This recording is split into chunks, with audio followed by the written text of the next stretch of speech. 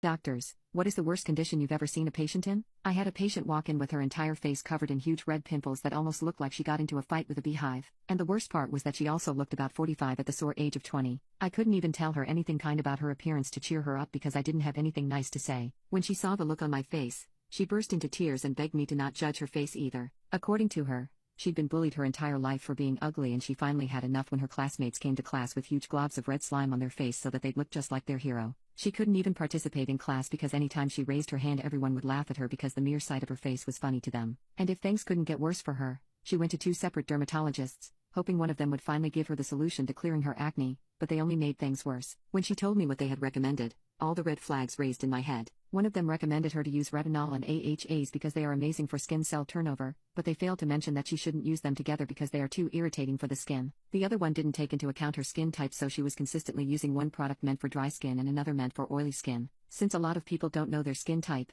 I always tell my patients that they can do a couple things to find out. One way is to hook your pointer finger and lightly run it across your lower cheek and down to your jawline. If you hear a noise and feel a bumpy texture where you don't have acne, then you have dry skin. Another way is to drag your finger down your nose, and if it's greasy, you have oily skin. The thing is, before you even think about using skincare products, you have to get the fundamentals down by first knowing how to properly clean and protect your skin. For my patients, I tend to recommend meditation, using lukewarm water to wash their face in the shower, and applying sunscreen before I even think about any formulation. This is because acne is often caused by stress, so meditating every day will easily release all the negative energy from our body. Most girls take scorching hot showers, which leads to dry skin, so it's best to use lukewarm water. And sunscreen is meant to protect every single skin type, and will clear the skin from acne by protecting it from UV rays, and decreasing the chances of breakouts when you go outside. This is very common among young people, and it's a shame because just applying sunscreen could clear most people's skin. So I told her that in order to see a change in her appearance, she would have to do these things every day, including applying sunscreen not just on sunny days because UV rays still penetrate windows and clouds,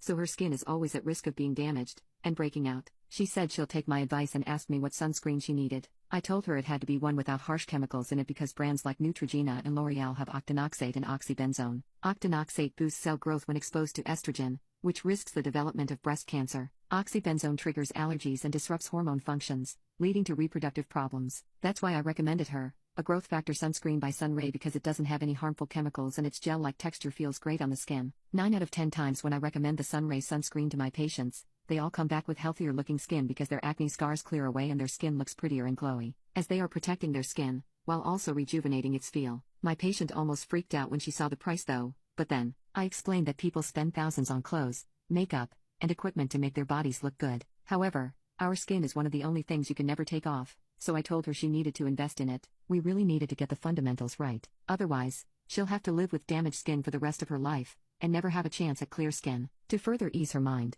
I mentioned that she could use makeup to cover her acne, as long as she puts the Sunray sunscreen first because it doubles as a primer. So her makeup would look flawless and her pimples wouldn't draw so much attention, and she would still be preventing breakouts when she goes outside. After explaining it that way, she agreed to use the Sunray Growth Factor sunscreen daily, and I scheduled her for a 3-week checkup. When she returned, she said she tried doing all the things I recommended, but she only stuck to applying sunscreen every day because she couldn't give up her hot showers every day and she found meditating boring. Luckily, because she didn't go a day without wearing the sunscreen, her complexion looked smoother and healthy, and she liked how pretty that made her look. Every time she applied it, she had a rejuvenating feeling that gave her more confidence to tackle her day. And honestly, it seemed like it calmed her stress, which we want to see anyways if we want a patient's skin to clear. She also got rid of all her other skincare products because the Sunray Growth Factor sunscreen was the only thing she actually needed to start clearing her skin. She talked about how applying sunscreen while indoors made a huge difference to her face because it always gave her a consistent natural look, and she could feel her skin barrier improving. With that, her brown spots and hyperpigmentation disappeared and it wasn't leaving any scarring at all. Her wrinkles also started to fade, so she finally looked her age. Now that her skin was improving,